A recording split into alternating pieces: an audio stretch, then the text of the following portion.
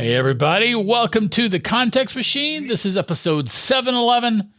711. I'm Bryan Chaffin. And I'm Jeff Gamet. Sorry, I was just sitting here thinking about jingles for convenience stores for no apparent reason. It just totally threw me for a second there. Anyhow, did I say I'm Jeff Gamet? Because I think you did. Hi. But whatever. Hi, I'm Jeff Gamet. Yeah. Hey, Jeff. How's it going, man? Okay. How you doing? Yeah, we'll rewind and cut that part out. Yeah. And I'm Jeff Gamet. Make sure you go and check us out on our website. That's contextmachine.io. You can also use contextmachine.io to reach out to us. You can find us on YouTube at Context Machine Show. And depending on where you're hearing or seeing this, you already know that because this is on YouTube. We're on YouTube. Wait, right now? Yes. Holy crap. We're recording this. Or you can write to us at podcast@contextmachine.io. That's our new email address. And I'm so excited that we're actually doing YouTube now, man. Yeah, me too. Brent, I have a quick question for you. Are you thirsty? Yes. Do you need a mug to drink out of? Yes. I know the answer to that is yes. Man. Okay. Thank you for picking up what I was putting down.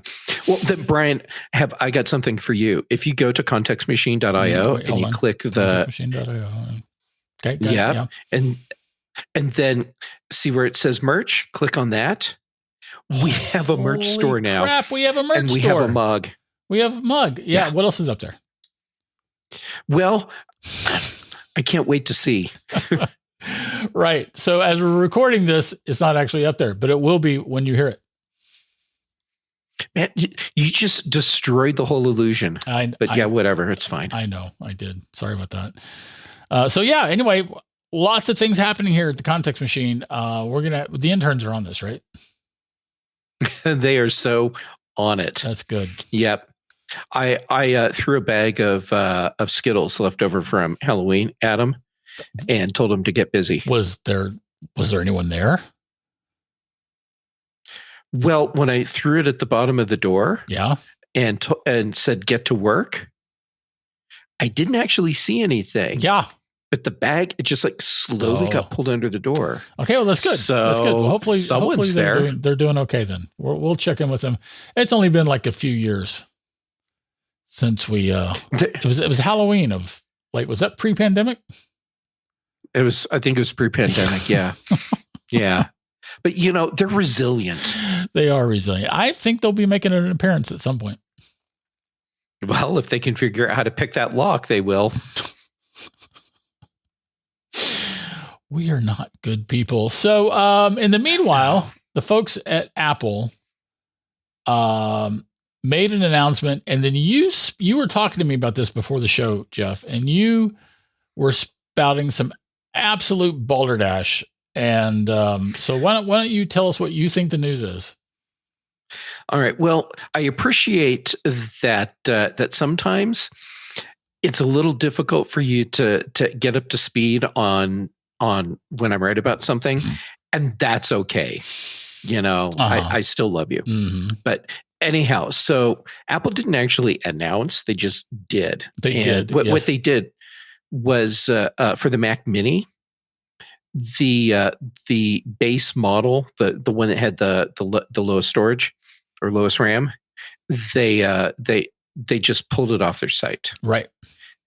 And I get it because they're dealing with chip shortage, RAM shortage, and they can't make all the devices, especially with the whole thing with people buying Mac Minis and Mac Studios by the truckload, apparently, for AI systems. So they dropped it from the lineup, at least for now. The problem that I had was that the headlines, while technically correct, I felt were also misleading in that it made it sound like what Apple did was take that base model and jack up the price on it, which they didn't do. What Apple did was they stopped selling that base model, which means that now the lowest cost model is the mid-range one. Okay, now I'm calling Balderdash on you for trying to weenie out of your position. Because no, that's been my position all along. You just had your panties in a bunch. You were all right. So you were saying that the headlines that said that they raised the price of the Mac Mini were false. No, I said they were misleading. I said misleading. I am certain of that. I accept your apology. Well, I don't even think it's misleading. I feel like Apple has raised the price of pardon me while I move. Do you see my name there? You just keep slouching. It's like you're up and down and up and down and right. I need my name not to be above my. Listen, folks, this is new, so please, bear with us. Anyway, Apple did raise the price of the entry-level model. That's an indisputable fact. The entry-level model is now $799 as opposed to $599 before.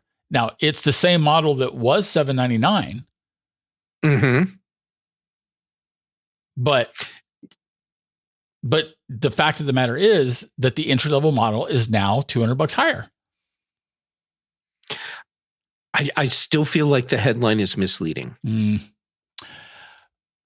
Okay, I'm not happy with the headline. That's if I were the boss of the world, I would have all of my writers across the world create a headline for that story that is more accurate, that is clearer, that is more descriptive. Let me see what Gemini has to say about this. Is Jeff the boss of the world? No, why is Jeff Claude is not the boss sending of the world. me a message saying Bryan's talking smack about me? What is? That is so weird. It's saying that that Jeff, quote unquote, is not the boss of the world. This includes Jeff Bezos and Jeff Probst, apparently. So anyway, whatever. You're not the boss of the world. No, they're not the boss of the world. Once again, clarity. We need clarity. Right. Jeff Bezos is not the boss of the world. This one I'll give you. So I do think, so on the one hand, one might say, well, it's weird that if this is about RAM shortages, it's weird that Apple would pull the entry-level model with the least amount of RAM. But the reality is this is about margins. It's the price of RAM is going up, and Apple can better eat the increased RAM price in the $200 model, the model that costs $200 more. Apple can better eat that price increase with that price increase of the model. That makes sense. Yeah. And so from that perspective, plus I would guess, this is Apple. Apple tends to be a very data-driven company in terms of the products that it makes and sells. And we have often complained about that. We've in particular complained about how Apple doesn't always they don't always continue making the products that the influencers, and I'm going back into the old pre-social media term for influencer there, but the creative pros.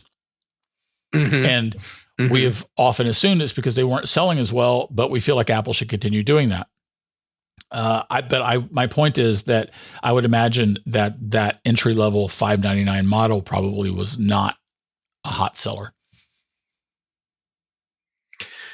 Well, okay. Yep. I can accept that. I also really like what you said about the margins. And yeah, if Apple Apple is, as you said, a data-driven company, and they are also masters of their supply chain. So, of course, part of that means that they understand better than anyone else where the resources will get them the best return on investment. Right. And so that entry-level model, which is at least temporarily MIA, is very likely not the model that gives them the best return. Right. And in the meanwhile, they're making all the money. I mean, so they did do earnings. They reported earnings 2 days after we recorded last week's show. So we're not doing an earnings focused show this week. It's a little bit too late for that. But the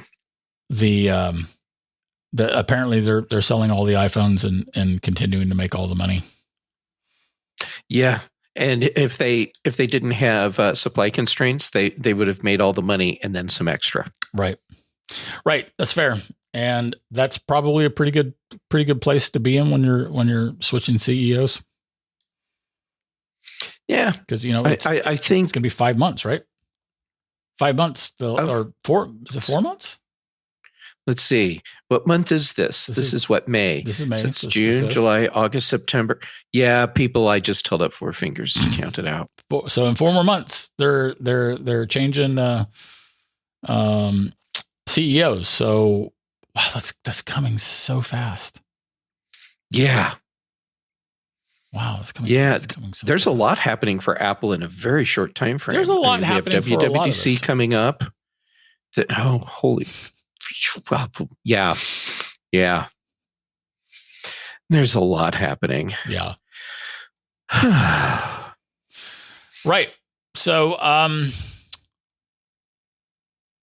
that's it. Apple has raised the entry level price of the Mac Mini, but it did so by keeping the price the same and eliminating the old entry level model. Yeah, I hope they can bring it back at some point, because that's a very compelling product, even if it may not be a bestseller. I think it's a compelling price point to say the least.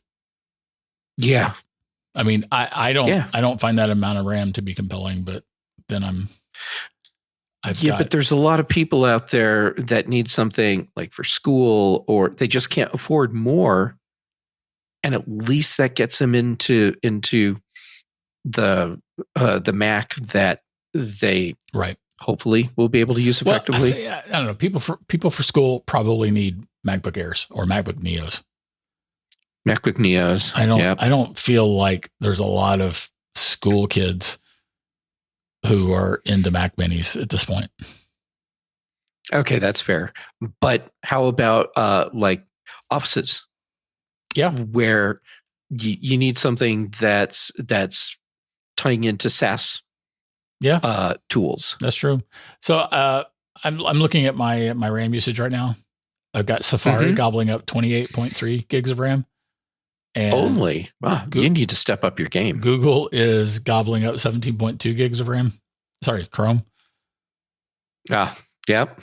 So there's that. Yeah. Yeah. Hey, you just brought up Chrome. Yep. Which triggered a thing for my let's bounce around thought things that happen in whatever is going on in my head. Anyhow, before the show, we'd been talking about Chrome and Edge and needing to have Chromium support or compatibility for, I don't even remember what it was. And you said, well, I'm not going to use Edge. I read an article today. I will find a link to it for everyone. And Edge, if you're using the password manager that's built into Edge, when it launches, it loads the whole password database that it has for you into memory as plain text. And Microsoft says that's by design. So don't use, if you're using Edge, don't use the built-in password manager. Why the crap would they do that? Either Apple's passwords or a third-party tool like 1Password. It's by design, which makes no sense to me at all. Yeah, that they're like, yep, we do it. Awful. Yeah, don't freaking use Edge. Good Lord. That is an awful practice. It's a horrible practice. It's unconscionable that they would think that's okay to do. That's unconscionable it's a good way of putting it. All right, let's move on to our second topic, which is really kind of more of the same. So we're going to talk more about those RAM shortages because Apple also has eliminated its high-end Mac Studio and Mac Mini, and that's because they can't get enough RAM. So, and that's really kind of what sparked our topic of the first topic about, you know, the fact that they're protecting margins for that Mac Mini pullout for pulling out the entry level model of the Mac Mini, but for them to also pull out the I think it's the 64 gig Mac Mini. So all right, so I'm reading from Seeking Alpha for credit where credit's due. I'm going to slide you the article. Thank you. Yes. And what they said is that Apple discontinued the M4 Mac Mini with 256 gigs of RAM. And 256 gigs. 7 what? 27 and the 512 gig. Wait a minute. The 64 gig RAM version of the Mac Mini and the M3 Ultra Mac Studio with 256 gigs of RAM are also no longer available. Oh, okay. Yeah. So and the other thing is that this was a separate move from them pulling this low end Mac Mini, which is using 256 gigs of storage, not RAM. Yeah. Okay, I'm sorry, I got hung up on that. But this is apparently because they're actually having issues getting enough RAM, and that's because all the freaking AI centers being built everywhere are paying top dollar for RAM. So yeah, they're gobbling it all up. Yeah, so obviously the RAM manufacturers want to make the RAM for the people that are paying top dollar. Which is kind of Apple has a history of locking down its supply chain, right? You know, getting contractual obligations well in advance, sometimes a year, 2, 3 years in advance for the RAM the RAM and all the parts that it's going to need. So I'm kind of a little surprised that this is caught them unawares, or maybe it didn't catch them unawares. Maybe they knew it was coming, but it kind of feels like it's unawares. Well, okay, so it may not. Okay, there's a lot that's been going on that would be very difficult to have projected a year ago or 2 years ago. Well, that's true in terms of oil production, right? All the things tied to oil. I agree. That's something that would have been difficult to predict a year ago. I'm not so sure that can be said about AI data centers, though. Well, okay, that's fair. But I'm, if I were a betting person, I would bet that that with the cycle for Apple's contracts that they get for RAM, coupled with what's been happening with AI purchases, and then couple on top of that the unexpected war with Iran, that's created a situation where even if you have a contractual obligation to be providing a certain amount of whatever a product is, you may not be able to get the resources to produce those products, or at least produce them on the time frames that you had originally agreed to. That's fair. But regardless, Apple's now in a position where they are having to do what we're seeing right now, which is pull products from their lineup, at least temporarily, Right. because they can't get the components to actually make stuff, or can't procure them at a cost that keeps Apple's margins in place. Right.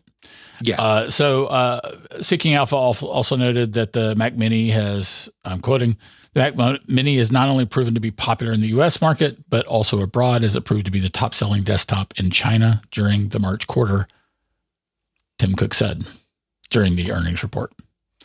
So that is rather impressive. Yeah. Being the top selling desktop in China, that seems impressive. That is impressive. Okay. We should probably temper that with, this is a comparison of Apple to individual PC makers, not the PC market as a whole. That's my speculation. I mean, they do that with the iPhone. They talked about how iPhone is selling more than other smartphones. And they're not talking about Android as a whole. They're talking about individual Android device makers. I'm just assuming they're doing the same thing with Macs. Regardless, though, the fact that that they can be ranked as a top seller, that's pretty good. Yeah, that is pretty good. And I want to push back on what you're saying, but I'm not armed with the information to do so. So I will simply. That's good, because I'm not armed with the information to adequately back up my hypothesis. Top men. Yeah, we've got top men on this. So we do. Anyway, this is an interesting development. I mean, and I think about, as I'm gearing up for this move, and I found my Mac shirts, and I found my which we talked about that in our newsletter. Which go to our newsletter too, contextmachine.io/newsletter, and our newsletter has extra content in it that so far people are enjoying, but we'd like more of you to see it.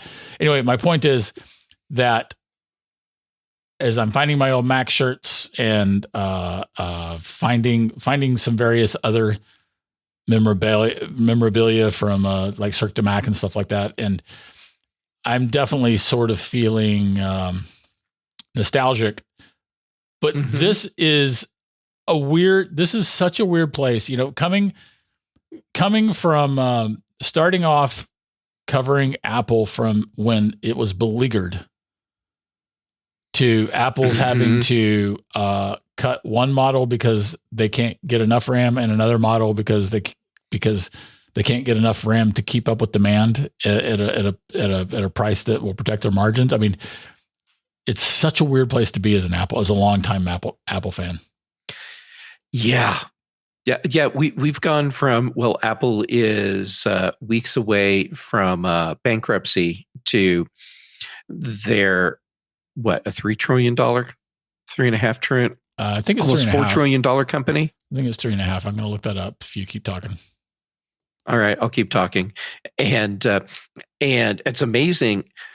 Also, if you look at when Tim Cook took over for Steve Jobs, Apple was at like about a 450 something billion company, and now it's over 3 trillion, which is kind of crazy. Yeah, and I'm sorry, the market cap is 4.1 trillion. Okay. That's a lot. 4.1 trillion. Yeah, and I think back to Wes George's column. He wrote the column for us at the Mac Observer called The Apple Trader. And I think that the new owners of the Mac Observer have pulled all that stuff down. And these were, 24-year-old columns for sure. And he wrote a column saying that he didn't think that Apple would be able to continue because they weren't selling like I think it was like, tens of millions of dollars worth of Macs in a quarter. They'd fallen below a threshold around that point. And today it's a weird place to be as a long-term Mac fan. Yeah, it is. Yep. I miss Wes. Yeah. He was a good guy. Yeah. Sorry, I say that like he died. I just haven't heard from him in a while. Okay, that's better. I was afraid you're going to say something like he's dead to me, or No. but that's not the case. Okay, good. No, I just haven't heard from him in a while. All right. So, all right, Jeff, we mentioned our new newsletter. We mentioned being on YouTube, where you can see us. Warning. Mm-hmm. Warning, you can see us. Warning. And we mentioned our email address, and I don't know. I think we're doing pretty good, right? We are. Oh, I'm going to do a shameless plug. Oh yeah, please do. Actually, I'm doing two shameless plugs. First one is OMG. I found all of my old personal tech blog content from years ago. Put it and I put it online, and I'm spinning back up my own personal tech related blog, jeffgamet.com. Awesome. So that's a thing. And also I'm speaking at MacStock this year. So come see me and a bunch of other amazing people in July, and use the discount code DigiWizard to get $50 off your pass. Yep. And you've also spun up Fresh Brewed Tales again too. And I spun up Fresh Brewed Tales. Right? Yep. And we've been doing our newsletter for the Context Machine, and I've been doing my personal newsletter for Geek Tales. Like we are firing on. We're firing on several cylinders. I think at least 3 of the 8. Go right, us. Go us, and yes. All right, so let me do this, and then let me say that's this week's Context Machine. If you have anything to comment on, add, or question, write us at podcast@contextmachine.io. Our bandwidth is provided by Cashline. Basis by Dr. Boom. And that's it for this week, Jeff.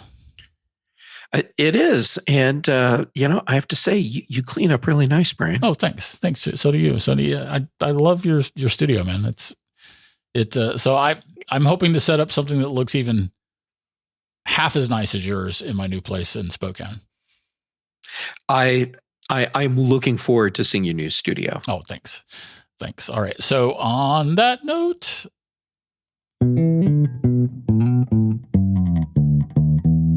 yeah, we remain top men, man. Top men.